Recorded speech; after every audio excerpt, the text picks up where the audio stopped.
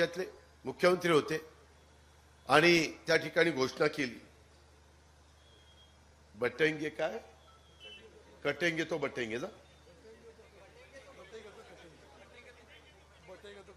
बटेंगे तो कटेंगे, हा असली काहीतरी घोषणा केली। मी त्यांना सांगितलं ही घोषणा शिवशाहू फुले आंबेडकरांच्या महाराष्ट्राला चालणार नाही।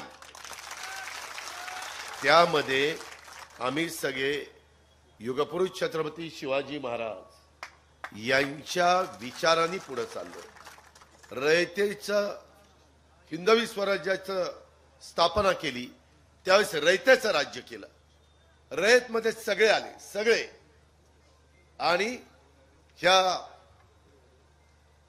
हिंदुस्थानला पुढे नेण्याचं काम, हिंदवी स्वराज्याला पुढे नेण्याचं काम हे छत्रपतींनी केलं, शिवाजी महाराजांनी केलं, नंतर छत्रपती संभाजीराजांनी केलं।